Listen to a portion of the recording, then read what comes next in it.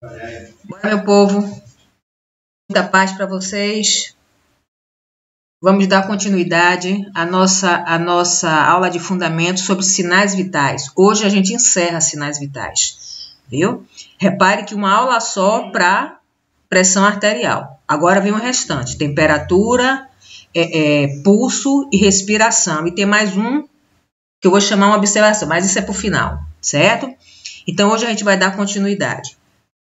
Vamos lá. Temperatura. Veja só.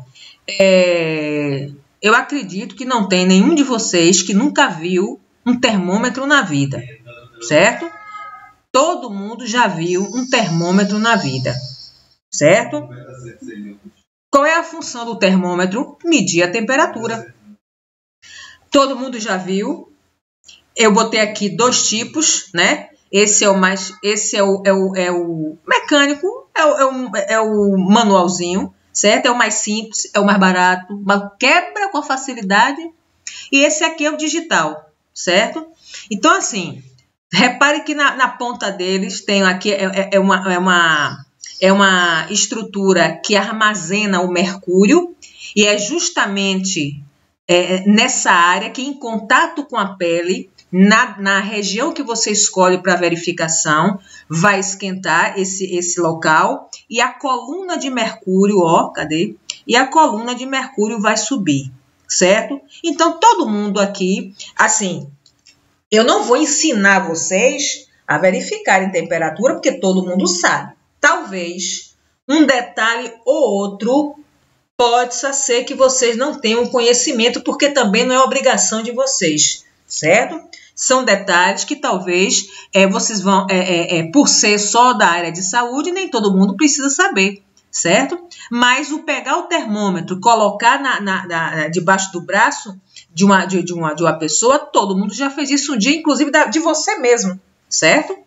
Então, eu não vou ensinar aqui a verificar a temperatura. A gente vai conversando e os detalhes a gente vai pontuando para vocês, certo? Que, inclusive, a partir de hoje, provavelmente, quando vocês forem verificar a temperatura, talvez alguns hábitos, alguns erros, né? Vocês já com esse conhecimento já melhorem a verificação, graças a Deus. A gente começa aqui já com alguns termos, certo? Hipertermia ou febre. Hiper, acima, certo?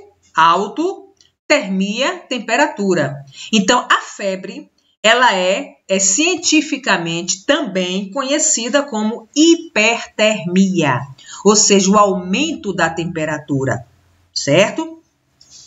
A maioria dos processos infecciosos ou inflamatórios é acompanhada de hipertermia. Olha, quando uma pessoa está com febre, você pode até não saber onde é o ponto da origem dela, mas uma coisa você tem que ter certeza: tem ali nessa pessoa um processo ou infeccioso ou inflamatório. Você pode não saber onde é, mas você tem a certeza que tem, porque a febre é o nosso sinal de alerta, certo? É como se fosse um termostato de um aparelho elétrico, certo? Então, é o nosso sinal. É como a tosse. A tosse é o nosso cão de guarda também, certo? Mas isso é outra questão. Então, a febre, teve febre, orelhas em pé. Cujas distinções como intensidade, tempo de duração e período dessa febre tem que ser respeitado, tem que ser observado.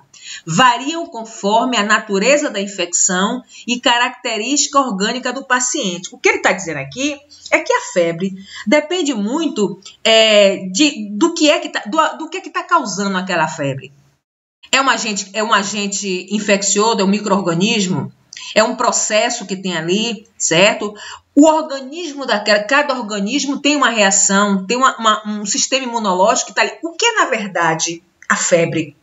Agora, gente, essa parte aí é do meu jeitão, viu? Vocês sabem, vocês já têm noção de que eu sou uma pessoa meio lesa da cabeça, e para eu entender as coisas tem que ter um jeito meio rude. Eu só entendo assim, viu? Repare, o que é a febre? É uma luta entre o agente que está causando, o inimigo, e a defesa. Nós temos os soldados no nosso corpo, os anticorpos, para combater, para nos defender. São os nossos soldados. Os anticorpos são os nossos soldados. O que é que vai acontecer? Quando acontece algum processo invasor no nosso organismo que está nos prejudicando, o que é que vai acontecer? Nosso sistema imunológico, ó, é como se o inimigo vai chegando e o soldadozinho lá de cima do quartel, inimigo está chegando, aí corre todo mundo do quartel, se posiciona para defender o quartel. A mesma coisa somos nós. O agente entrou, o sistema imunológico é acionado para que os anticorpos nos defendam. Nessa defesa, obviamente, o agente causador não vai ficar lá de braços cruzados esperando ser morto, não. Ele vai jogar em cima a toxina, ele vai batalhar, ele vai cair em cima, ele vai tentar agredir. É esse travamento, é essa guerra que exterioriza em forma de febre. Olha que coisa bonita. É muito bonito isso, né? Então, depende muito do organismo. Tem pessoas, você vê que com a pandemia, o que é que acontece? Existem pessoas que nem febre tem, ou é uma febrículazinha, algo bem pequenininho, certo? Bem fraca e quase que passa imperceptível. Então, o que a gente está querendo dizer? Que cada pessoa tem uma forma de reagir. Depende muito do nosso sistema imunológico, do nosso fator nutricional. Existem várias coisas para poder nos defender, certo? A hipertermia costuma ser acompanhada de alterações cardiorrespiratórias. Todo mundo aqui já teve uma febre e sabe que é mesmo. A respiração fica comprometida, certo? O cansaço é comum, a astenia é comum, né? Olhos encorvados, aquela sensação de mal-estar, de fraqueza, certo? Incluindo o aumento da frequência respiratória, taquipneia. Eu vou repetir. Eu pedi até que vocês me dissessem se eu mandei para vocês a lista de terminologias. Eu gostaria que alguém me confirmasse depois, certo? Que eu realmente não tenho lembrança se eu mandei para vocês. Mas, independente disso, porque na lista de terminologia tem várias. Mas aqui eu vou falando as terminologias e eu posso cobrar isso em prova, certo? Então, aumento da frequência respiratória, taquipneia. O que é taquipneia? Repare quando você vai fazer amor, né? Fazer amor, né? Inclusive, essa aula está sendo gravada no período já que amanhã é o Dia dos Namorados, certo? Então, quando você vai fazer amor, quando vai trepar, certo? A respiração não fica ofegante, você está ali com taquipneia, certo? Então, se alguém for fazer alguma declaração de amor, né, pro seu amor, o seu amor me faz ficar com taquipneia. Taquipneia é a respiração acelerada, certo? Aumento dos batimentos cardíacos, ou seja, taquicardia. Tudo que começa com taque é aumento, certo? É acelerado. Cardia vem de coração. Pneia, tudo que termina, o sufixo pneia é respiração. Vocês vão ver daqui a pouco, vocês vão dar um dos sinais vitais que é a respiração. A gente vai falar dos termos lá também. Então, taquicardia é o aumento, é a aceleração dos batimentos cardíacos.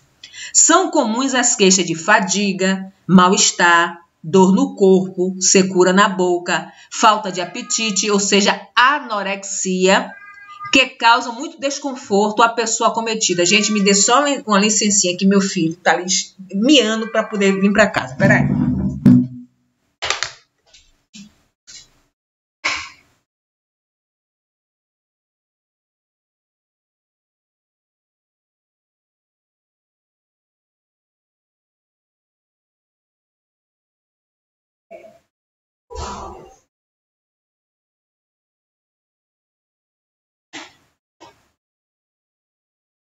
Jesus, tem misericórdia, Senhor.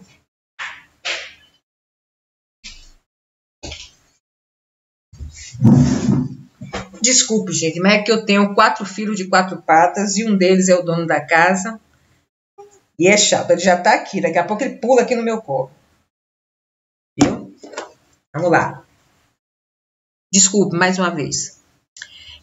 Todo mundo aqui já teve uma gripe, já teve febre, e veja como é que vocês ficam prostrados, né? Isso é uma reação do nosso corpo, né? Então, é todo um contexto que gira em torno dessa sensação térmica aumentada, né? A febre pode provocar períodos de calafrio, fazendo com que o indivíduo sinta necessidade de se agasalhar. Em outros momentos, pode ocorrer episódio de transpiração e cessação do calor. Geralmente, quando a febre está passando, a pessoa começa a ter uma sudorese intensa, ou seja, ficar suando bastante, certo? Então, você está lá queimando de febre, você dá um antitérmico, e aí, daqui a pouco, a pessoa que tá com a febre vai sentindo o mal-estar aí passando e vai melhorando, pronto. Aí, começa a suar e levanta, e aí pronto. Né? E aí que está o perigo, viu? Ok? Controle. Repare que o que a gente está falando aqui na verdade, o que vocês vão fazer é a parte prática de verificar a temperatura do indivíduo. Mas como é que a gente vai falar da temperatura sem não falar vai falar das terminologias da temperatura sem falar desses quadros, né? Tem que falar, não tem jeito. A temperatura corpórea está intimamente relacionada à atividade metabólica, ou seja, há um processo de liberação de energia através das reações químicas ocorridas no interior da célula. Essas questões energéticas da célula, não sei se alguém vai lembrar, né? É um dos componentes, né, inclusive responsável pela respiração da célula, as mitocôndrias. Ali é a usina geradora de energia, certo? Processos físicos e químicos sob o controle do hipotálamo, olha ele aqui, o hipotálamo, promovem a produção ou perda de calor, mantendo o nosso organismo com temperatura mais ou menos constante, independente das variações do meio externo. Então, repare, o nosso corpo, com metabolismo ativo, se você pegar em você está aquecido. Repare que quando esfria, você sente frio, mas você sente toda a sensação de frio, mas internamente você tem uma temperatura, porque o nosso corpo ele precisa de uma temperatura normal para manter o metabolismo ativo. Entendeu? E existe essa questão da regulação. Então, o nosso hipotálamo, que é uma glândulazinha que fica aí chama na célula túrcica do cérebro, olha que coisa bonita, certo? Ele é responsável, é como se fosse o termostato do nosso corpo. Para o que te acha termostato? No ferro de passar. Não é só no ferro que tem, não. Mas o exemplo que é o que a gente mais lida, né? O ferro de passar. Tem uma bolota no meio que bota algodão, seda, né? Aí geralmente a gente deixa no algodão para passar tudo quanto é roupa, certo? E aí ele vai à temperatura, você pode deixar ele na tomada, porque os ferros automáticos é assim, você deixa lá na tomada. Pronto. Quando ele atinge a temperatura equivalente ao algodão, ele desliga automaticamente. Quando a temperatura começa a descer muito, ele liga sozinho. Então, o termostato na verdade, a regulação. É um mecanismo até de defesa. E no nosso hipotálamo que é responsável por isso, certo? Fatores que influenciam na variação da temperatura corpórea. Lembra ontem da TA? Né?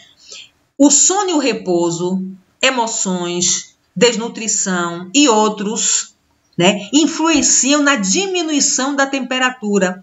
Quando você acorda, certo? Você vai observar que a TA estava diminuída, não é isso? A temperatura também. Por quê? Porque o metabolismo do corpo está devagar. A velocidade da circulação está devagar, está tranquila, certo? Já os exercícios físicos, o estresse, o uso de muito agasalho faz com que a temperatura aumente. Quando você vai fazer um exercício, quando você vai correr, quando você está fazendo um serviço, a faxina, você está agitando a sua circulação. Consequentemente, a velocidade dela e assim a temperatura também vai ficar aumentada, certo? Então, assim, quanto mais em repouso o corpo está, mais diminuída fica a temperatura. Quanto mais agitado você faz no seu corpo, mais aumenta a temperatura, certo? Fator hormonal. A mulher deve saber disso perfeito, porque inclusive é um dos métodos anticontraceptivos, certo? Porque vocês, quando vão fazer a famosa tabelinha, ou quando você, a tabelinha não, quando vocês vão medir, vão fazer esse método avaliando a temperatura, né? Vocês vão ver que no o dia fértil da mulher, a temperatura se eleva um pouquinho. O que é isso? É efeito dos hormônios que nós mulheres temos assim uma influência muito grande, muito mais do que os homens. Então, o fator hormonal durante o ciclo menstrual, banhos muito quentes ou frios, o fator alimentar, a ingesta de alimentos e bebidas muito quentes ou muito frias, ou seja, vai aumentar ou vai diminuir. Se for uma bebida ou um alimento muito quente, vai aumentar. Se for frio, vai diminuir, certo? Eu acho que até agora, nada disso aqui, talvez só uma questão hormonal tenha sido algo diferente. Mas quem usa os métodos contraceptivos já fez esse método, né? E sabe que isso, a questão é hormonal. Quais são os valores normais da temperatura, certo? E isso, deixa eu ver se aqui vai dar para ver. O termômetro, ele já vem, ó aqui, tá vendo aqui a setinha? Ó, a setinha tá aqui em 37. Já vem padronizado. Ó, nesse daqui, ele já deixou no 37 para que você veja. Então, assim, é um padrão, 37. Mas não quer dizer que com 36 ele está com hipotermia, não. Geralmente, abaixo de 35 já é hipotermia, certo?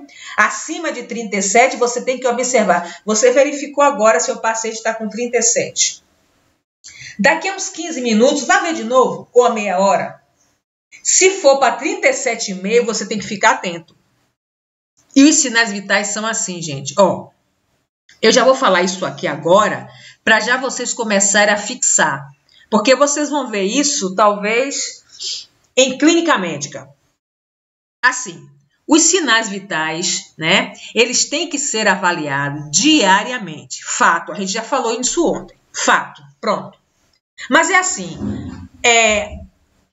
o intervalo de uma verificação para outra depende muito do quadro do seu paciente, certo? Se você observou agora, ele já está em 37, daqui a pouco, daqui a meia hora, você vai verificar de novo? Ó, de 37 já está em 37,5.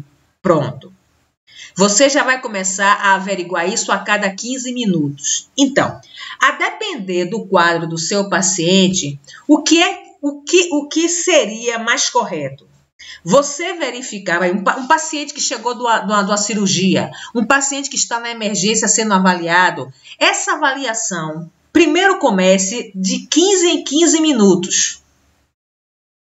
Pronto, você avaliou agora, daqui a 15 minutos você vai avaliar de novo. Daqui a mais 15 vai avaliar de novo. À medida que você vai avaliando, você vai observando se está tudo aumentando, se está tudo baixando, se está descontrolado.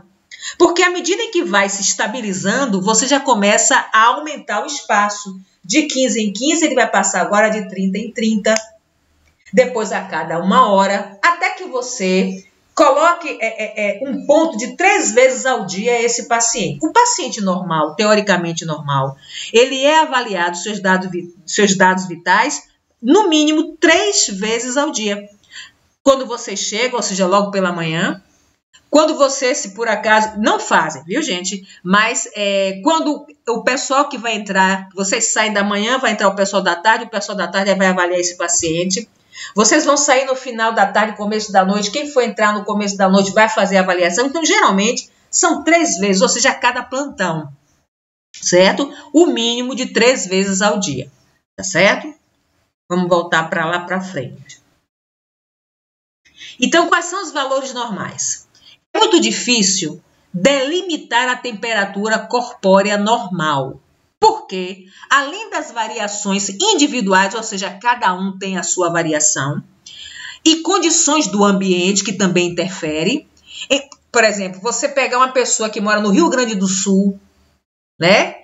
Que é uma região fria, claro que eles não vão ter a mesma temperatura que nós que somos aqui do Nordeste, isso é fato. Faz parte do clima da região, certo? Em um mesmo indivíduo, a temperatura não se distribui uniformemente nas diversas regiões e superfícies do corpo. Podemos considerar como variações normais de temperatura 2 pontos, certo? Aqui é só uma gravura com várias cores dizendo que cada parte do corpo ele tem uma variação característica daquele órgão. Olha que interessante. Se vocês tiverem algum dia a sorte de assistir uma necrópsia, vocês vão ver que, a depender até da distância que você está do corpo que está sendo feita a necrópsia, você vai ver que de dentro, quando abre, né, tem um vapor bem aquecido de dentro do corpo. Ele vem para essa cara baforada, né? Então, assim, por quê? A atividade mecânica do metabolismo faz com que isso aconteça no interior do nosso corpo, certo? Se você assoprar sua mão, o ar vem quente. Ou seja, cada região tem algo característico com relação à temperatura. Quais são os valores normais? Uma temperatura em que você verifica, inclusive é o local mais comum de se averiguar, mais prático, é a axilar, aqui debaixo do braço, certo? Em que você vai ter uma temperatura de 35,8 a 37 graus centígrados, como normal. De 35,8 a 37 graus centígrados, debaixo do braço. Eu não vou dar um detalhezinho agora, não. Vamos falar de todas primeiro. Já na boca, na cavidade oral, ela vai variar normal de 36,3 a 37,4. Isso na boca. Na temperatura retal, no reto, você tem a variação de 37 a 38 graus centígrados. Então, repare bem. Primeira coisa que eu quero chamar a atenção de vocês. Repare que está assim. 35,8 a 37, 36,3, 37,4.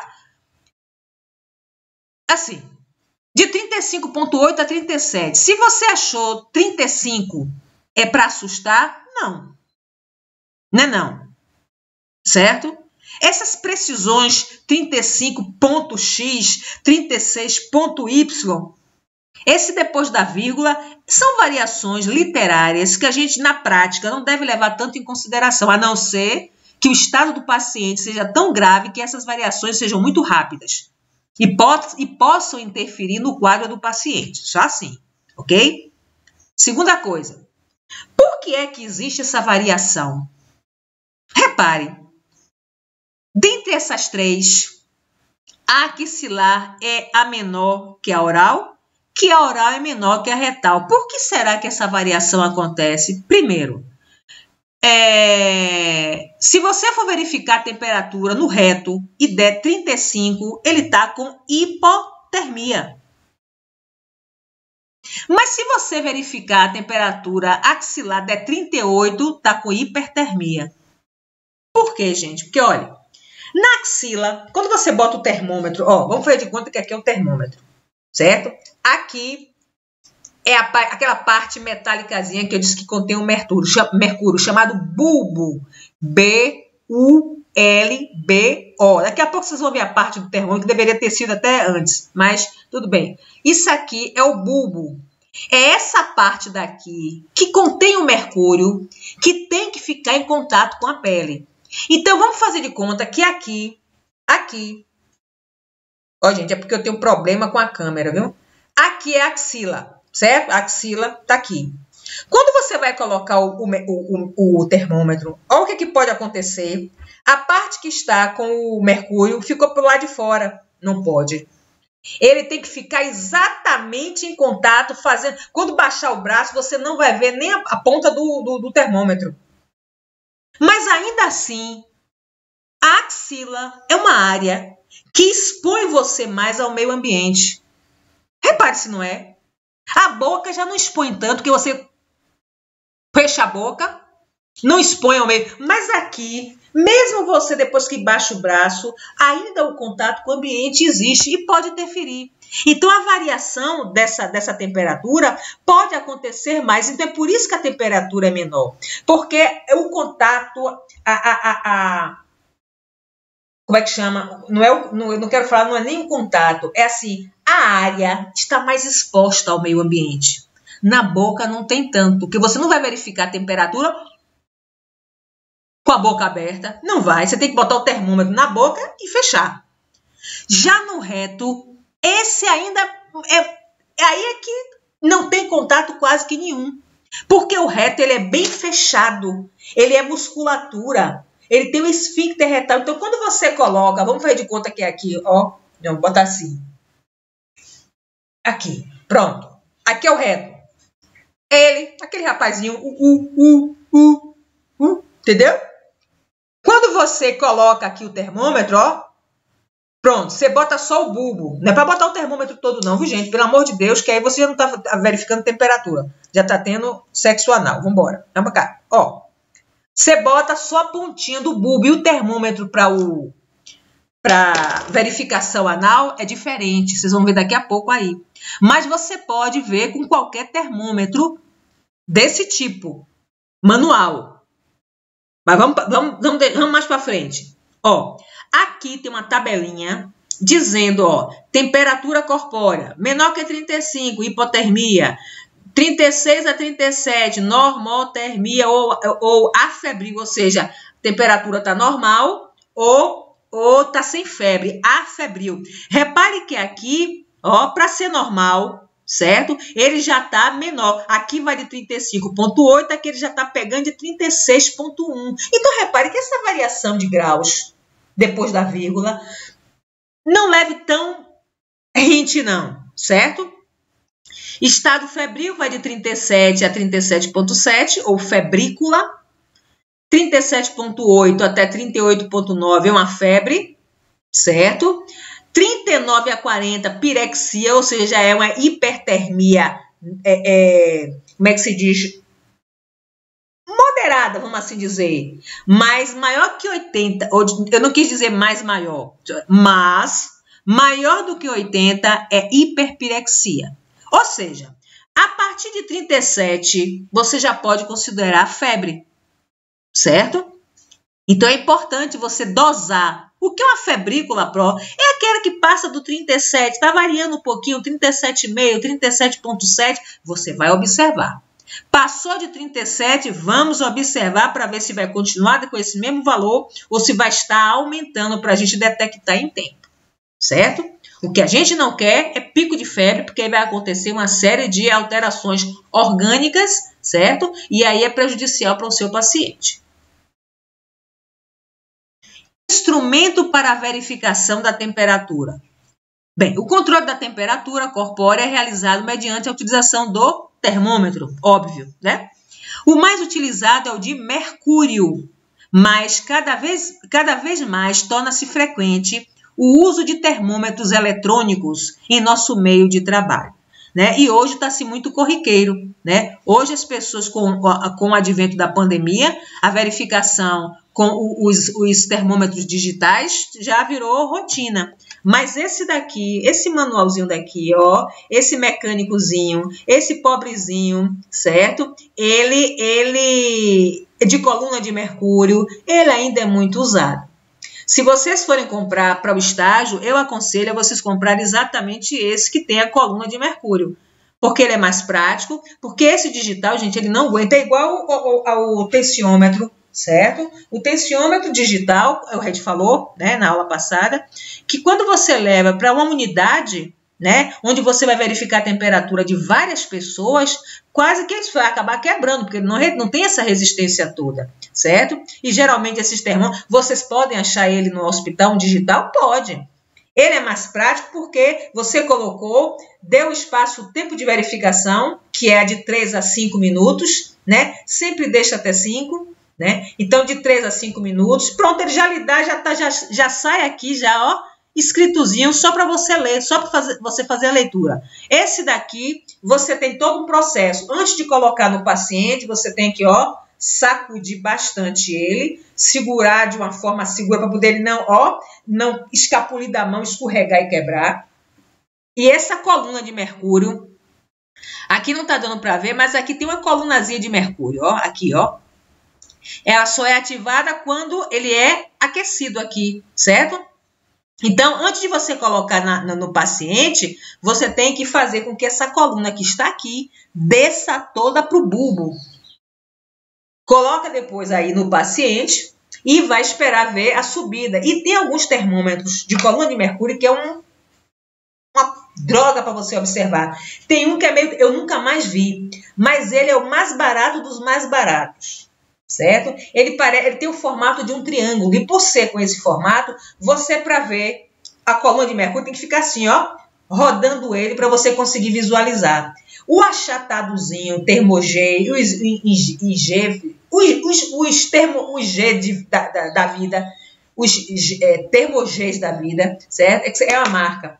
Ele é achatadozinho, ele é mais fácil de você visualizar. Basta você colocar aqui na sua frente, ó, é na mesma direção dos olhos, não é nem mais embaixo, nem mais em cima, é aqui, certo? É paralelo aos seus olhos. Aí você consegue visualizar a coluna de mercúrio com mais facilidade, certo? Não, vamos para frente. Eu acho que as observações estão lá na frente. Olha aqui, esse geralmente muito utilizado em criança, né? O auricular. E esse aqui é o que a gente está vendo aí no dia a dia, verificando a temperatura no comércio, no supermercado, nas lojas, certo? E aí não é mais novidade para ninguém. Até o chegar da pandemia, quase que ninguém via, né? Hoje está em todo e qualquer lugar, ok? Locais de verificação da temperatura. Oral. Você está vendo aí a gravura de uma criança. Repare que o que está na boca dela não é o termômetro todo, né? Você não vai botar... não. É o bulbo, ó. Deixa eu fazer uma coisa aqui com vocês, que eu fiz errado, vou fazer logo agora, para não ter que estar toda hora chamando a atenção. Olha, quais são as partes de um termômetro? Esse slide, gente, tinha que ter vindo, deveria, né? Ter vindo lá na frente, ou lá atrás. Ó, quais são as partes de um termômetro? Você tem aqui, ó, o bulbo, que é onde fica o mercúrio, e é exatamente esse termômetro ruinzinho, triangular que eu estou falando. O corpo é toda a extensão em que está numericamente, né, por escrito. Olha aqui é o corpo também. E aqui é a outra extremidade. Então, nessa extremidade daqui é aquela em que você vai segurar. Você não pode segurar o termômetro pelo bulbo. Por quê? Por que não pode? Porque senão você vai aquecer. Se eu seguro por aqui, enquanto eu estou segurando o bulbo, eu estou aquecendo por conta de minha mão. Então, vai dar diferença na temperatura. Quando você for colocar, já tem uma temperatura já mensurada. E é isso que você não quer. A mensuração da temperatura só pode acontecer depois que você coloca o termômetro debaixo do braço do paciente, ou na boca do paciente, ou na região anal do paciente, entendeu? Então, você tem que ter esse cuidado para quando você colocar em qual área for de verificação, esse termômetro deve estar zerado. Seja ele o manual ou o digital, tem que estar zerado, certo? Vou voltar aqui.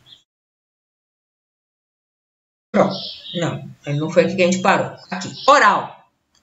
Aí tá na boquinha da criança, certo? A parte da numeração voltada para você, para que você veja o quanto. Você vai deixar de 3 a 5 minutos. É interessante que quando vocês vão fazer a evolução de enfermagem, quando você vai começar, quando você colocar o termômetro, deixa o termômetro lá, esqueça ele um pouquinho e vá verificando outras coisas. Verifique a pressão, verifique a respiração, vá verificar o pulso, pronto. E aí, quando termina, já deu tempo de verificação da temperatura, certo? Não fique verificando a temperatura e você do lado do paciente, ó, olhando para ele. Não faça isso, não. A cada dado vital que você for verificar, faça uma logística dinâmica para que você não estresse o paciente. Então, o termômetro de uso oral, deve ser individual. Eu não posso, o termômetro que eu estou usando aqui, botando na boca, eu não vou botar em Lídia, não vou botar em Camila, não vou botar em Maria, em José, em Josefa. Não, não. O meu termômetro é até dentro de casa. Não pode denigar fazer a desinfecção? Pode. Dentro de casa, pode. Porque aí é seu marido, ou é sua filha, é seu filho, não tem problema, certo? Mas em um hospital, para ser, tanto é que não se faz, certo? Mesmo em pediatria.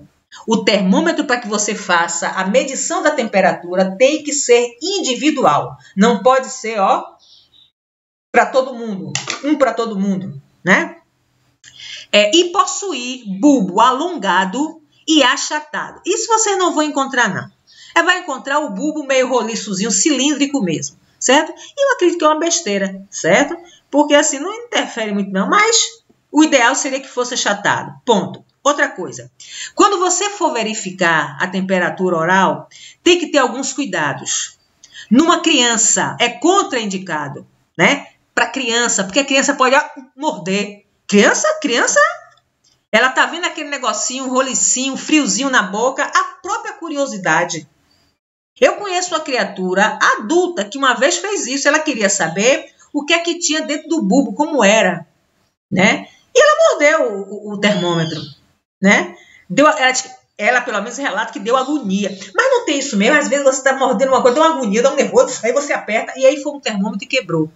Para quem tem a curiosidade de ver o que é que tem ali no bulbo, é mercúrio. Mercúrio é uma substância prateada que é interessante. Quando ela sai do recipiente que ela está guardada, alojada, você não consegue pegar ela, não. Ela sai parecendo as bolinhas, né? Então, não tem essa curiosidade. Certo? Desculpe. Então, a verificação oral, ela é contraindicada para crianças, para idosos, doentes que estão graves, pessoas que estão inconscientes, pacientes psiquiátricos, ou seja, com distúrbios mentais, portadores de lesões na orofaringe, ou seja, na cavidade oral. Ou seja, são contraindicados, porque pode transcorrer algum tipo de acidente com eles, certo? Pelo mesmo motivo da criança, vai os doentes mentais. O doente mental não tem controle do que ele quer fazer, certo? E ele pode morder, certo? E transitoriamente, após o ato de fumar e ingestão de alimentos quentes ou frios. Se nesse instante a gente falou que você se alimentar de alguma coisa quente ou de alguma coisa fria vai interferir na temperatura, obviamente na cavidade oral, verificar essa temperatura depois que você se alimentou com algo muito quente ou muito frio é contraindicado. Aí agora, vamos voltar aqui rapidinho. O quadro deve estar, a posição do termômetro deve estar sob a língua, ou seja, não é simplesmente botou na boca, não, embaixo da língua. E aí orienta, você não vai pegar uma criança dessa, colocar o termômetro das costas e fazer outras coisas de outro passeio. Não, você tem que ficar ali de joelho, é uma criança. Se for um idoso, por conta de ser idoso. Um doente mental, se for, caso haja essa necessidade. Entendeu? Então é importante que se houver essa necessidade de ser na cavidade oral, você fique de junto para observar, certo? E manter firme com os lábios fechados por 3 minutos. É o mínimo 3 minutos. Aí, se eu deixar 10, 20 minutos, 24 horas, não tem problema. Se você por um acaso, assim por acaso acontecer, quando o nosso corpo libera, é como a água quando atinge 100 graus centígrados, você pode largar ela lá no fogão borbulhando, ela vai secar a água, mas não vai sair de 100 graus. A mesma coisa é o termômetro. Quando ele atinge aquele teto máximo da sua temperatura corpórea, mesmo que ele fique lá na pessoa, não vai estourar o termômetro e não vai mudar a temperatura, entendeu? Só vai mudar porque às vezes o paciente ou tira da boca, ou vai tirar daqui rapidinho, ou caiu, ele não viu, aí vai ter uma alteração da temperatura, certo? No reto, esse também é de uso individual e o bulbo tem que ser arredondado e proeminente pela própria logística do orifício anal, certo? Ele tem que ser individual.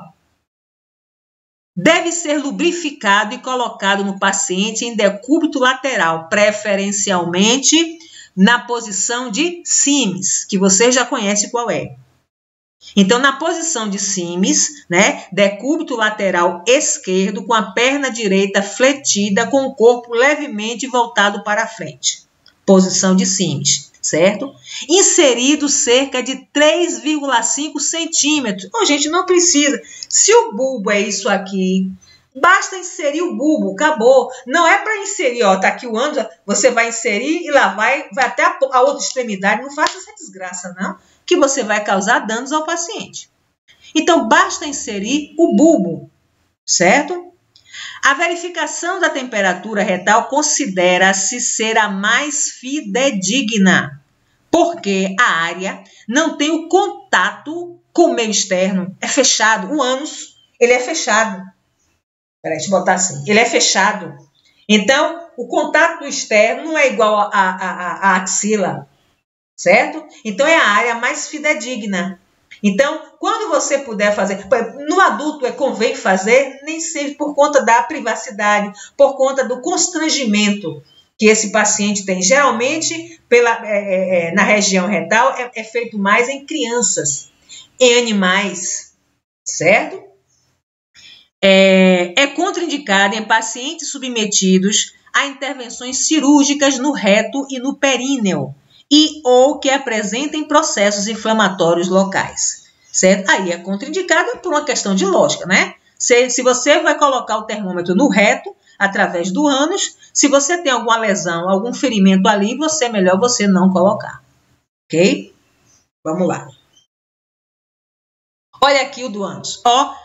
Esses são os mais indicados. Repare que até o formato dele é menorzinho. E aqui também, ele quase que não tem uma extremidade longa. Ele só tem, caso por acaso você erre, ó, aí por segurança você coloca, mesmo que você empurre mais um pouquinho, mas ele não tem a dimensão que tem o outro, não é? Esse daqui também pode ser usado. Olha o tamanho do bulbo, piquititico. Você pode inserir um pouquinho mais até aqui? Pode, porque ele também tem o mesmo diâmetro do bulbo. Mas não há necessidade, viu, gente? A cada vez que você vai verificar a temperatura no seu paciente, você faz a desinfecção com álcool a 70%, certo? Na unidade. Muitas vezes, na própria unidade, já no copinho, tem um copinho lá, dentro do copinho tem um chumaço de algodão já embebido com álcool, né? E aí, quando você termina, você faz a desinfecção, certo? Deixa eu ver aqui. Vamos fazer de conta que aqui é né? É uma gaze, um algodão. Você vai fazer a desinfecção com álcool a 70% e vai colocar naquele copinho. Ou ele está encapado, está protegido com a própria embalagem dele, mas que você depois, antes de colocar, usou, desinfecção, coloca lá na embalagem ou no copinho. Pronto. Vai usar no paciente ainda, você tira da embalagem ou tira do copinho, faz a desinfecção do termômetro e coloca no paciente. Outra coisa, quando você for fazer a aferição da temperatura desse paciente, não se coloca por cima da roupa, não. Para ele baixar o braço, não. Coloca por dentro. O contato da pele tem que ter. Certo? Tem que ter o contato da pele. E outra, antes de você colocar na pele, na axila, né? Você dá uma enxugada, porque às vezes o local está suado por uma questão até de higiene, né? Por uma questão até de não promover, não disseminar uma contaminação maior. Então você enxuga a axila ou com a própria roupa do paciente ou com uma gaze, certo? E aí coloca o termômetro, certo? Axilar é a verificação mais frequente do nosso meio, certo? Embora seja a menos precisa. O termômetro deve permanecer por no máximo de 7 minutos, mas olha, se for, por que você está fazendo outras coisas enquanto está lá, certo? Mas de 3 a 5 minutos está de bom tamanho, viu? Aí se eu deixar 7 também não tá errado não, gente. Se eu deixar 10, olha, se você deixar 24 horas, eu já disse que não vai interferir, só não pode ficar menos do que 3 minutos. Não pode, certo? E outra coisa, quando você colocar o termômetro, principalmente no estágio, né, que vocês usam de vocês, apesar da unidade ter, vocês têm que ter cuidado para o paciente não quebrar, porque é muito comum o paciente escorregar o termômetro, abrir, levantar um pouco o braço, se movimentar, e o termômetro cai. Como cai em cima do leito, ele não observa, não vê. E aí, às vezes, esse termômetro vai, cai e quebra. Ou então ele deita por cima, ou senta por cima. Então, fiquem atentos. Mesmo você deixando o termômetro e fazendo outras coisas, é fazendo outras coisas ali. É um olho na carne e outro no gato. Viu? Repare que a criatura aqui, ó, na criancinha, botou o termômetro, mas a outra mão está segurando, uma mão segurando o termômetro, porque a criança não tem esse domínio. E a outra mão está segurando o bracinho da criança, certo? Aqui é uma pessoa mais adulta, você pede para que ele, ó, feche bem o braço, preferencialmente coloque, se você vai ver no braço direito, você pede para ele fechar e faz essa posição para poder manter o mais apertado, o mais em contato com a pele possível. Principais alterações da temperatura. Hipotermia, ou seja, a temperatura abaixo do normal, geralmente abaixo de 35. Hipertermia, temperatura acima do normal, geralmente acima de 37. Febrícula é aquela temperatura que está um pouquinho a mais de 37, 37,2, 37,8. É uma febrícula, está acima de 37, mas não está com febre ainda. Aquela febrezinha que está chegando. E aí que tem que ser observada para que ela não aumente. Ok? Aqui são as partes do termômetro, a gente já falou. Qual é o material necessário para verificação da temperatura? Bandeja, né? Essa bandeja devidamente desinfectada.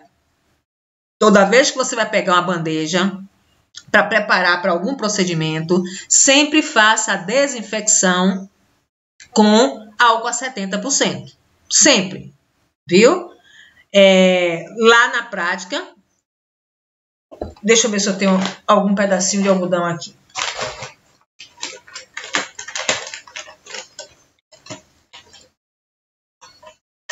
Bom, não tenho não. Mas vamos supor, tem um paninho aqui, que aqui é um pedaço de algodão.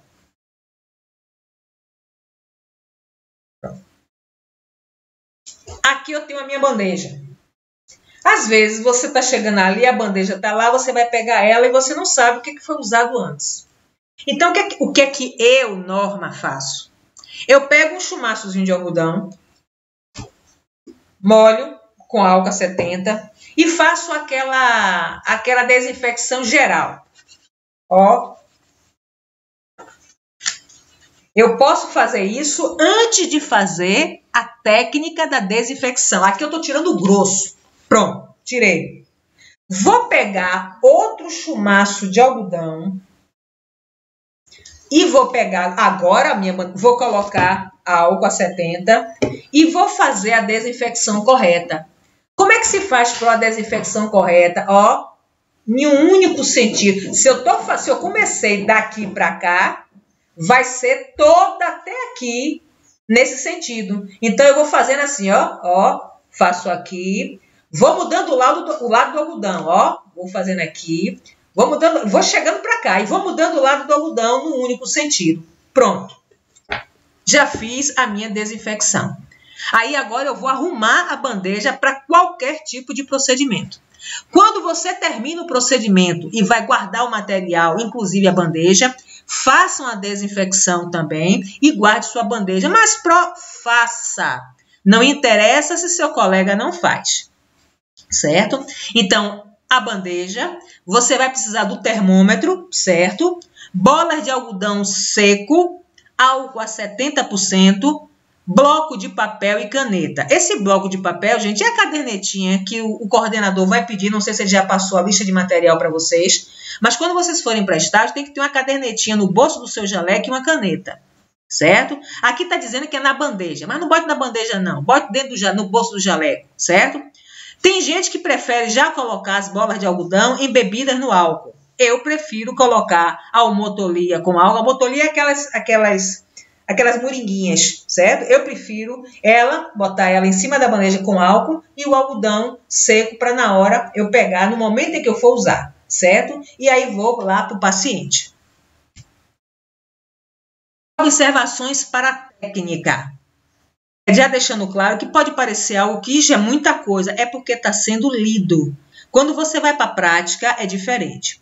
O bulbo do termômetro deve ser colocado sob, ou seja, debaixo da axila, seca, e o profissional deve solicitar ao paciente que posicione o braço sobre o peito com a mão em direção ao ombro oposto. A posição que eu falei com você. Se eu vou verificar a temperatura aqui no braço direito, certo? Eu vou fazer isso aqui, ó. O braço direito vai ter que fazer isso aqui, certo? Para poder pressionar, para não deixar o termômetro sair. Manter o termômetro pelo tempo indicado, lembrando que 2 leituras consecutivas com o mesmo valor refletem um resultado bastante fidedigno. Então, se vocês puderem e lembrarem, façam a verificação, façam a leitura 2 vezes, para ter mais certeza, certo? Então, assim, manter o termômetro pelo tempo indicado. Mantenha de 3 a 5 minutos, preferencialmente 5 minutos. Para a leitura da temperatura, segurar o termômetro ao nível dos olhos, o que facilita a visualização, exatamente como está aí na gravura, certo? Para que você possa ver de uma forma legítima, visível, que não tenha dúvida, tá bom? Após o uso, a desinfecção do termômetro deve ser realizada no sentido do corpo para o bulbo. Então, é esse aqui, ó. Isso aqui.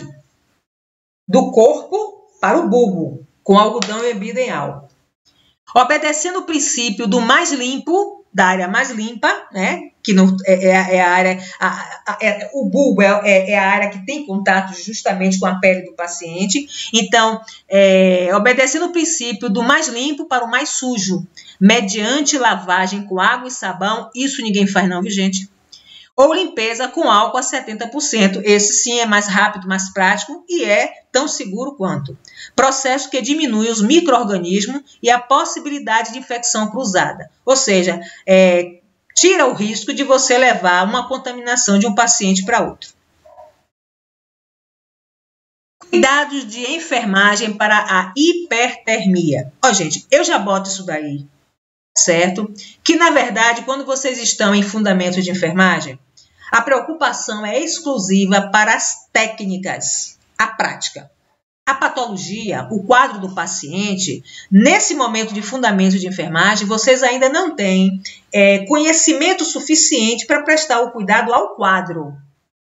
Você vai verificar a temperatura de um paciente que está com febre. Pronto, você vai lá pegar o termômetro, usar a técnica certa, verificar a temperatura. E a febre? A febre deixa para a enfermeira, para o técnico da unidade, para o médico, para o doutor olhar. Mas, como eu sei que meus alunos são alunos estudiosos, interessados e que gostam de pesquisar, Deus é mais. Não são todos, eu tenho consciência disso. Mas a gente fala para chamar, né? Eu gosto de falar, para que vocês tenham pelo menos uma noção. Então, você está com um paciente que está com febre, né? Orientar o paciente sobre a importância dos procedimentos a serem realizados para reduzir a temperatura. Muitas vezes você vai ver essa temperatura daqui a 15 minutos novamente. Antes de você estressar o paciente, já fale com ele. Olha, seu José, eu estou verificando sua temperatura agora, mas daqui a uns 15 minutinhos eu vou voltar para ver se está tudo bem ainda. E depois eu vou verificando com mais frequência para saber se o senhor está bem, tá certo? E se ele já souber que a febre, ele está tendo febre, ele vai ser o mais interessado para que você olhe toda hora a temperatura dele. Controlar a temperatura com maior frequência até a sua estabilização. Já falamos sobre isso. Isso é um procedimento para qualquer dado vital, viu? Aumentar a ingesta de líquido, se não houver contraindicação, certo? As perdas com a febre são muitas e a ingesta de líquido é interessante para esse paciente com febre. Repare, quando você está com febre, você tem muita sede. Então, ingesta do líquido juntamente com o controle do líquido que está ingerindo para o líquido que vai ser eliminado. Isso aí a gente vai falar quando der sonda vesical, viu? Providenciar Providenciar banho morno e repouso. Banho morno provoca menos tremores e desconforto que é um frio. Tem gente que tem... É porque também não é a mãe, né? Mas pega o indivíduo com uma febre da desgrama de 39, mete debaixo do chuveiro frio, gelado. Quando você não põe, quando não é uma criança, que a mamãezinha, o animal, bota a banheira e bota umas pedrinhas de gelo para fazer. Olha, eu não gosto nem de continuar para não me aborrecer. É uma água, temperatura ambiente, seria a palavra certa. E o que você quer naquele momento é passar a temperatura do corpo do paciente para ali, para a água, certo? É uma transferência de temperatura. Nos casos de febre muito alta, aplicar compressas frias de água. Aí todo mundo sabe o que é, né? Vai pega um recipiente, coloca água, temperatura ambiente, coloca uma compressa, umedece bastante, espreme e vai colocando na testa. Isso é coisa até de novela, sempre passa, né? O que você quer, na verdade, é diminuir, fazer com que haja uma regulação. E lembra onde está o nosso termostato, né? O hipotálamo? Então, vai botando, e é uma coisa lenta, é algo que demora um pouco, requer tempo, certo? Mas, muitas vezes, há uma necessidade, certo? Durante o período de calafrio, cobrir o paciente e protegê-lo de correntes de ar. No período de transpiração, arejar o ambiente e providenciar roupas leves. Então, é o contrário. Ele está com febre, está sentindo frio, você vai proteger. Está passando a febre, ele está começando a sentir calor, você tira tudo, porque aí você quer refrescar. Cuidado sempre com a corrente de ar. Sempre. Fornecer a medicação de acordo com a prescrição médica, geralmente são os antitérmicos, certo? Os analgésicos, que são também antitérmicos. Comunicar ao enfermeiro ou médico a fazer registro no prontuário. Certo? Você deu medicação, vai para o prontuário registrar. Você foi ver a temperatura a cada 15 minutos, então a cada 15 minutos você vai registrar aquela temperatura que você está coletando. Ok? Cuidado de enfermagem para a hipotermia, ou seja, para o inverso. Orientar o paciente sobre a importância dos procedimentos a serem realizados para elevar a temperatura dele. Ou seja, é a mesma coisa, só que é invertido, né? Aquecer o paciente com agasalhos e cobertores, manter o ambiente aquecido, proporcionar repouso e ingesta de alimentos quentes. Você quer elevar a temperatura desse paciente. Então, na verdade, é um cuidado inverso a da hipertermia. Ok? Então, veja só. Com esses slides, a gente termina a temperatura. Agora, pulso. Certo? Pulso. A gente já falou, certo? Que a verificação do pulso, os batimentos do pulso, reflete os batimentos do coração, certo? Então, aí a primeira afirmativa é, a primeira informação, sua verificação reflete os batimentos cardíacos. Esta manobra, denominada controle de pulso, é possível porque o sangue impulsionado do ventrículo esquerdo, que é onde ele sai para começar a percorrer todo o corpo, certo? Para a aorta, provoca oscilações ritmadas em toda a extensão da parede arterial, que podem ser sentidas quando se comprime moderadamente a artéria contra uma estrutura dura. Então, quando você... E às vezes até você tem um paciente que é bem gordinho, aí você tem que, pressionar mais um pouco. Tem pessoas que até é muito magrinha e aí você não consegue, porque o batimento está muito, muito fraquinho, você precisa, encalcar um pouco. Peraí, deixa eu botar assim. Você tem que, apertar um pouquinho. Apertar um pouquinho para você conseguir sentir. Vai buscando, que às vezes, de paciente idoso, às vezes é difícil você encontrar, certo? Então, você tem que saber procurar até você encontrar. Além da frequência, é importante observar o ritmo e força que o sangue exerce ao passar pela artéria. Então, veja só. Quando você está verificando o pulso, encontrei. Pronto, aí pronto. Você está aqui, eu vou botar assim para vocês verem. Encontrei, está aqui.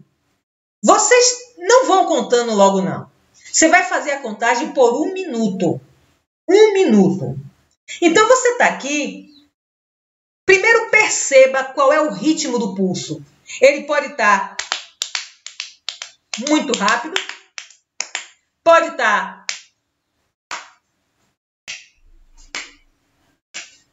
muito lento.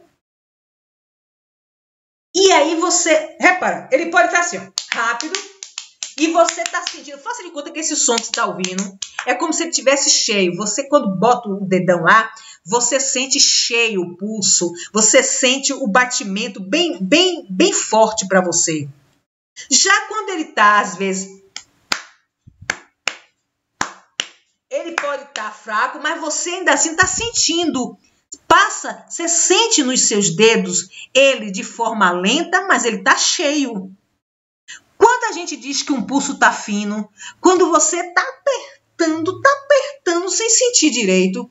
Sabe quando é que acontece muito isso? Quando o paciente está indo ao óbito, quando o paciente está chocando. O que é chocar? É perdendo sangue pela parte interna. Geralmente, após uma cirurgia, no interior do organismo, está havendo um sangramento que você, para detectar, tem que perceber os sintomas característicos do choque, da hemorragia interna, que vocês vão ver isso em clínica cirúrgica, certo? Então, você vê o ritmo e a força desse pulso, certo? No você olhar, você tem que levar em consideração ritmo e força. Fatores que podem provocar alterações passageiras na frequência cardíaca: emoções, exercícios físicos, alimentação. Repare, parecido com a pressão arterial, porque é um dado vital. Então, uma pessoa que está muito nervosa ou que está muito triste vai interferir nos batimentos? Vão. O exercício físico, após o exercício físico, a agitação? Vão. Só tem um detalhe que eu quero chamar a atenção. Quando eu falei agora há pouco na hemorragia interna, uma pessoa que está perdendo sangue, você está empurrando para sentir o pulso. Ele está bem fininho, porém a velocidade, ó, está rápida. Não seria a mesma coisa? Não, sabe por quê? Porque se você está perdendo sangue, o seu coração está batendo o mais rápido possível para poder compensar a perda daquele sangramento. Então é por isso que muita gente perde em concurso. Ele conta toda uma história de hemorragia interna em que a pressão está lenta, a temperatura está baixa, e aí você vai na onda e diz que o pulso vai estar lento. Tá, não. O pulso vai estar rápido, fino, porém rápido. Espera aí, gente. Quer falar comigo? Pronto. Vamos lá. Quais são os valores básicos, teoricamente normais, para o pulso? Qual é a base que a gente tem que ter? Ressalta-se que ao longo do ciclo vital, seus valores vão se modificando. Com certeza. Com certeza. À medida em que você vai crescendo, esses valores vão diminuindo. É o inverso, é inversamente proporcional. Ressalta-se que ao longo do ciclo vital, seus valores vão se modificando, sendo maiores em crianças e menores nos adultos. Recém-nascido é, em média, 120 batimentos por minuto. Olha aí a sigla BPM, batimentos por minuto. Eu não falei lá na temperatura, a unidade é graus centígrados. Às vezes, gente, preparando os slides eu esqueço. Mas aí na aula eu lembro e falo. E aí só quem vai saber é quem assistiu a aula. E aí eu boto na prova para justamente quem não viu, certo? Então, veja só. Mas vocês têm o material de Cristiano e lá tem. Podendo chegar aos limites de 70 a 170 batimentos por minuto. Isso no recém-nascido. Aos 4 anos, a média aproxima-se de 100 batimentos por minuto, variando entre 80 e 120 batimentos. Aqui é porque saiu no lugar errado, viu, gente? Entre 80 e 120 BPM, assim se mantendo até os 6 anos. Antes de mandar para você o slide, eu vou corrigir, tomara que eu lembre. A partir dessa idade e até os 12 anos, a média fica e aí você tem o que? A puberdade, né? Então, a partir dessa idade, dos 6 anos até os 12, a média fica em torno de 90 batimentos, com variação de 70 a 110 batimentos por minuto. Ele dá uma média porque você, poxa, foi 90, mas ele está com 100, então ele está... Não, ele tem essa variação, lhe dá uma distância também ainda normal. É por isso que eu digo assim, não é algo fixo, certo? Aos 18 anos, atinge 75 batimentos por minuto nas mulheres e 70 nos homens. E aí a gente grita logo para vocês, olha, no adulto, varia em torno de 80 batimentos por minuto, ponto. Certo? 80 batimentos por minuto. A partir da adolescência, observa-se nítida diferenciação entre o crescimento físico de mulheres e homens, o que influencia na frequência do pulso, até por conta da massa, né, corpórea. Na fase adulta, de 65 a 80 batimentos nas mulheres e de 60 a 70 nos homens. Somos até mais fortes, né? Até porque nós temos influência dos hormônios. Então, assim, para não ficar decorando, se você diz que o adulto ele tem mais ou menos um teto de 80 batimentos por minuto. Acabou. Tem algumas literaturas que colocam de 60 a 80, porque ele pega o mínimo do homem, que é 60, e o máximo da mulher, que é 80. Então, a de 60 a 80 está dentro dos padrões normais. Até porque um homem, aqui está 70 batimentos. Se ele tiver com 80, está para morrer? Não. Certo? Então, a gente dá uma faixazinha, né?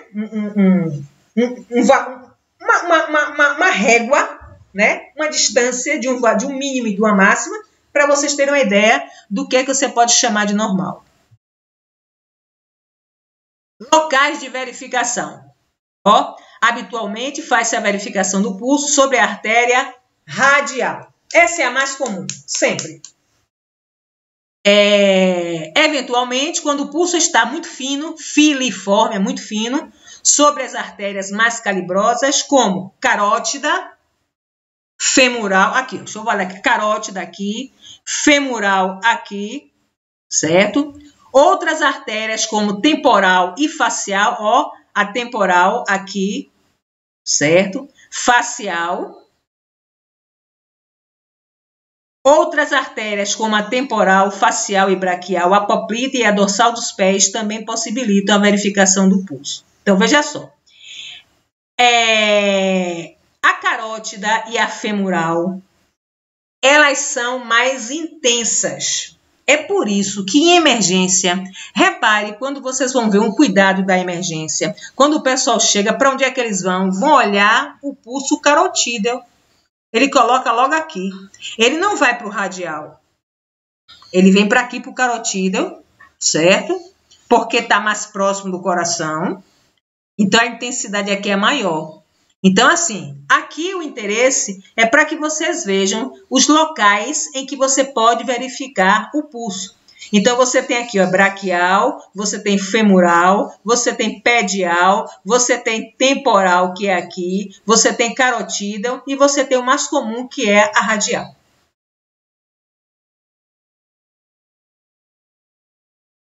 Terminologias. Vou voltar a repetir. O pulso é verificado durante 1 minuto. Por isso que quando pede o material de estágio para vocês, pede que vocês também tenham um relógio de ponteiro ou um relógio que tenha que acione para que quando bater 1 minuto ele, como é que chama? Despertador não, um alarme, viu? Aí quem tem também serve. O pulso normal denomina-se normocárdico, ou seja, normocardia é o pulso normal, normo de normal, cardio de cardíaco. É regular, ou seja, período entre os batimentos se mantém constante. Como o batimento cardíaco.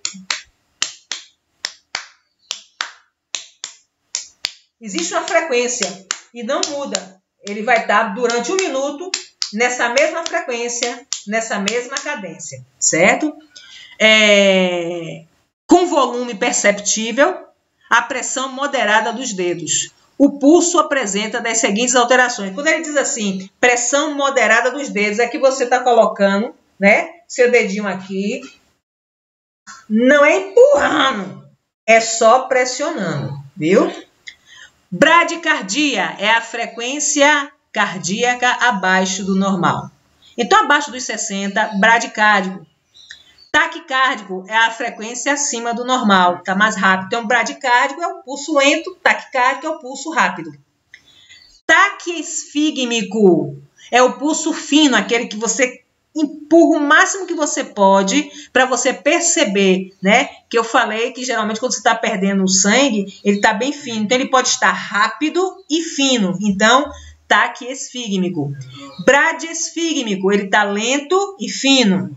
Filiforme é aquele pulso fininho. Geralmente você percebe quando o paciente está indo ao óbito. Os batimentos cardíacos estão começando a parar de bater. Tem que estar muito fininho.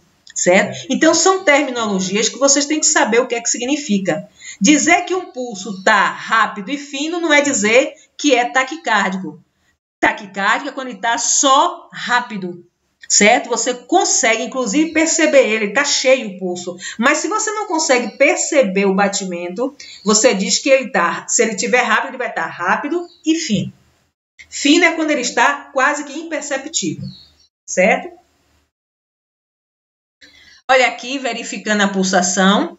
Qual é o material necessário? É você ter o relógio adequado, papel e caneta, que está lá no bolso de vocês, para vocês anotarem o que vocês vão encontrando.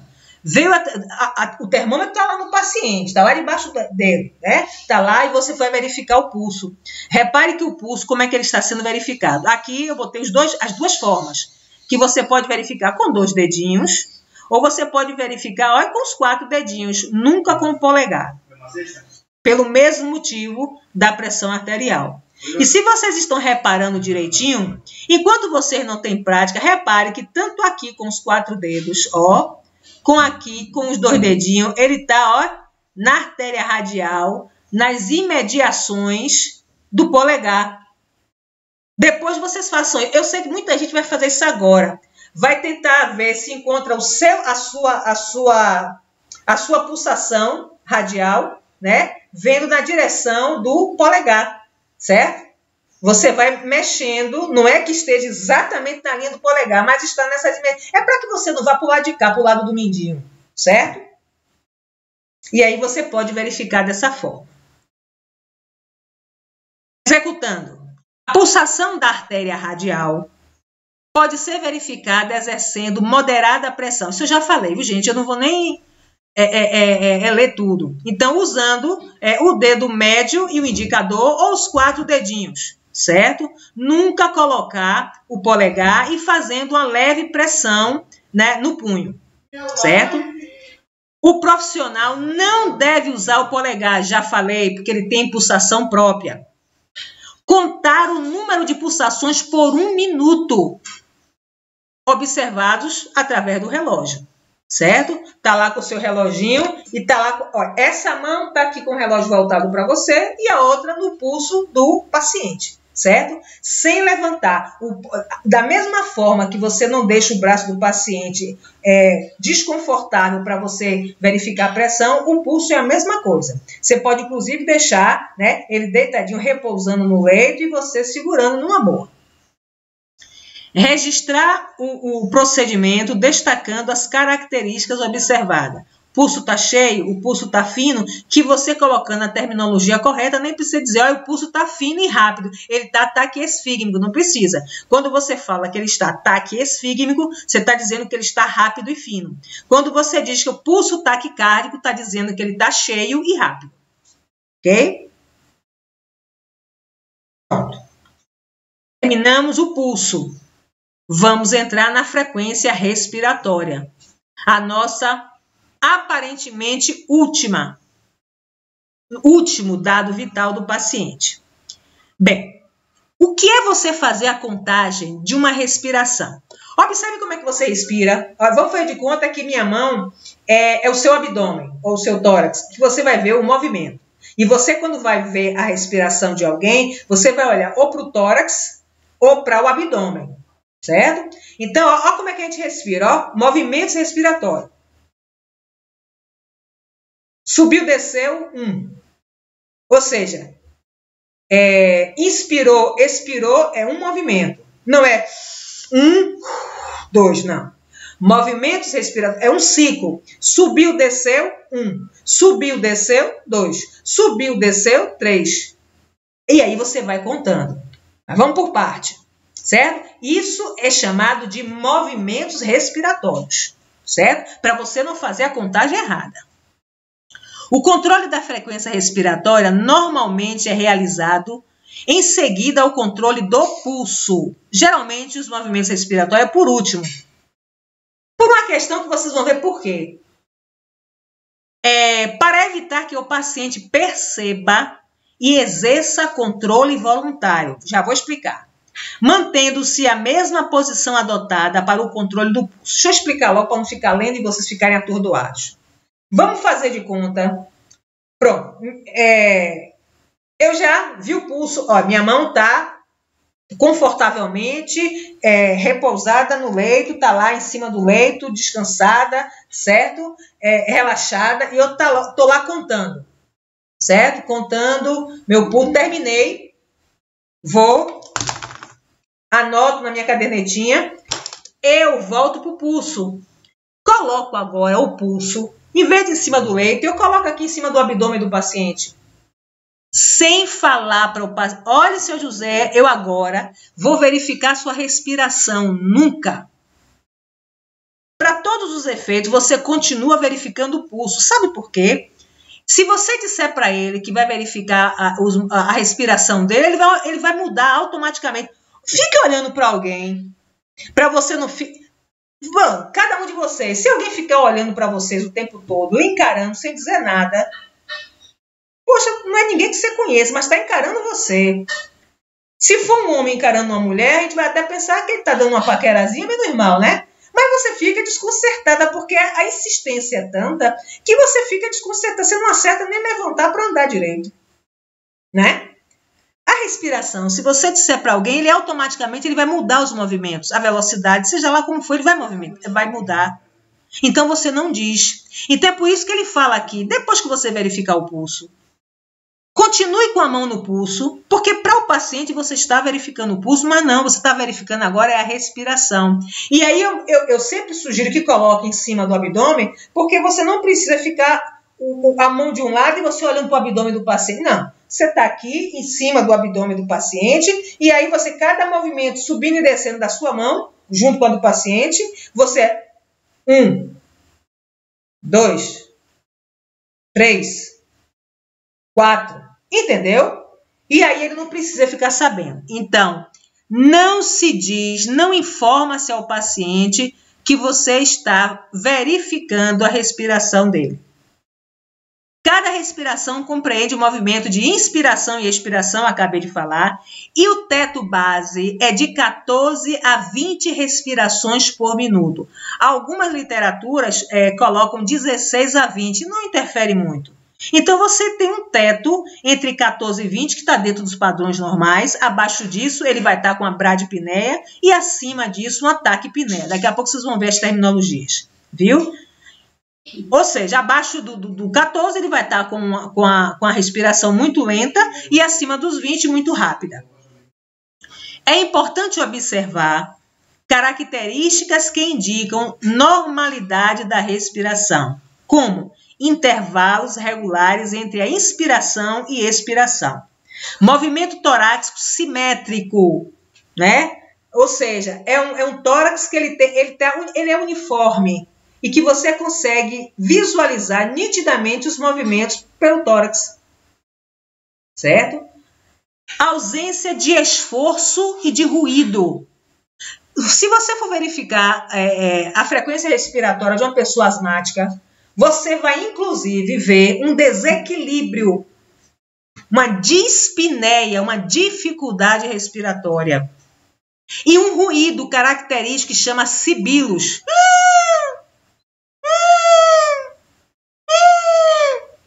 É o ruídozinho característico, o afundamento aqui nessa área.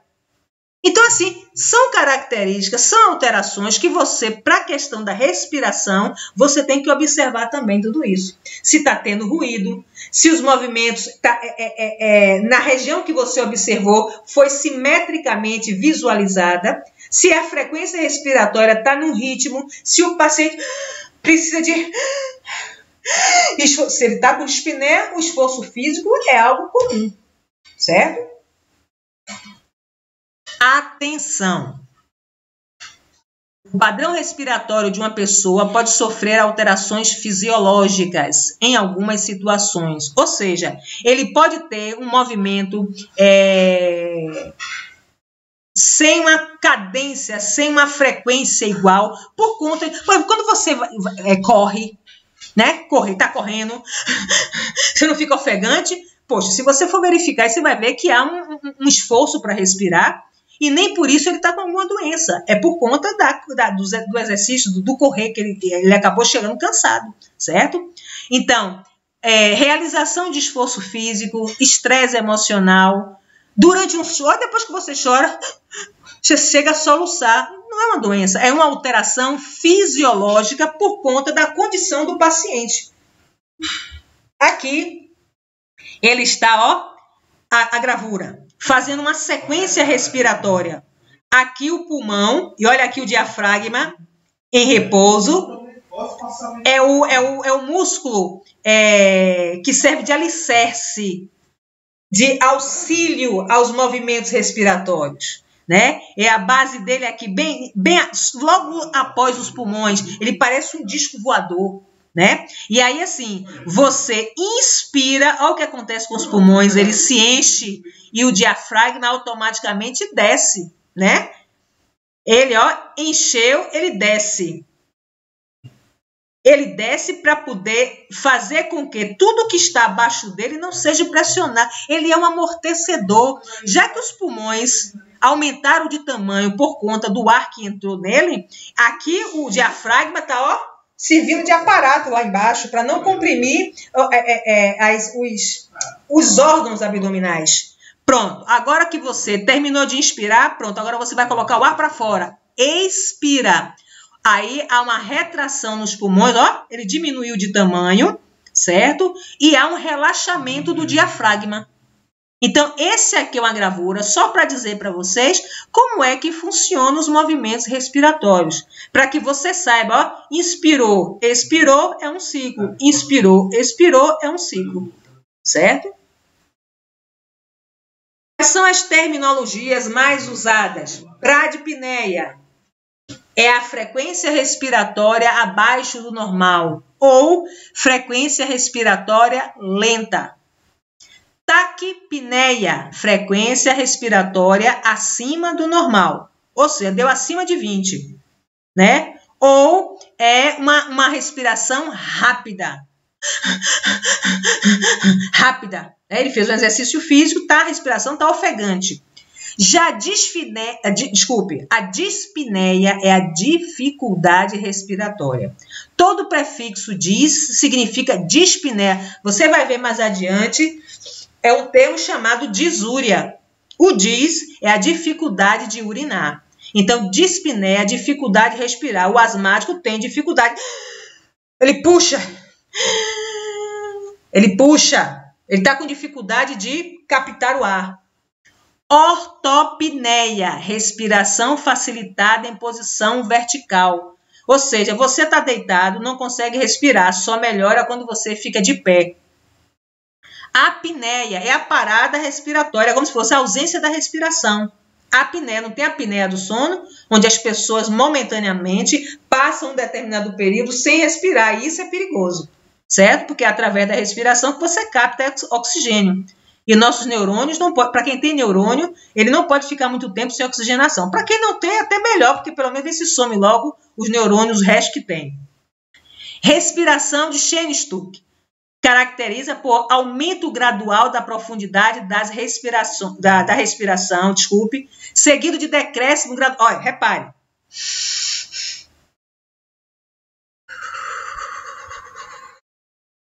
É como se você puxasse. Quer ver uma coisa? Quando você, que o pessoal chama de, o pessoal antigo diz que é uma... Quando você suspira, é um meio Chien-Stuck. Você, momentaneamente, você puxa o mais profundo que você pode. É um mecanismo de defesa, sabia? Que aí você puxa. Então, a Chien-Stuck seria uma respiração desse tipo, ou seja, ele aprofunda muito a respiração, seguido de... vai expirando aos pouquinhos, até parar. Para um pouquinho e volta de novo, certo? Tem alguma... Quando está perto de morrer, tem. Viu? Até parar. Respiração estertorosa, ruidosa. Quem é asmático tem. É um ruído. Quando você está cheio de catarro, eu adoro essa palavra, catarro, enche a boca de água. É lindo isso. Aquele bem verde, bem grosso. Quando faz, chega e faz crac, crac, crac, crac, crac, crac, crac.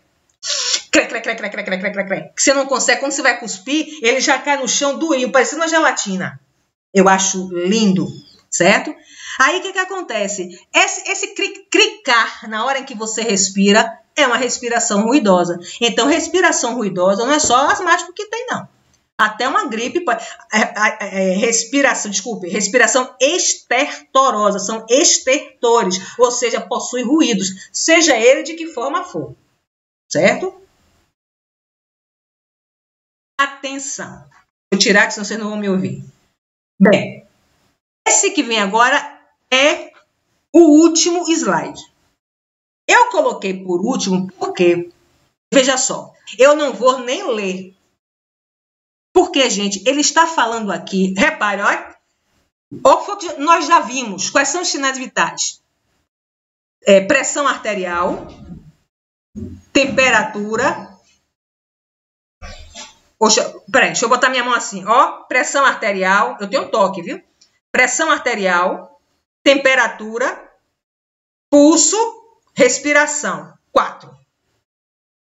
É esse aqui hoje no inferno. Vai ser aqui ou até fora do país. Porém, dados novos de uns tempinhos para cá já relata o 5º dado vital. Que aí está aqui como se fosse a nível de informação para vocês.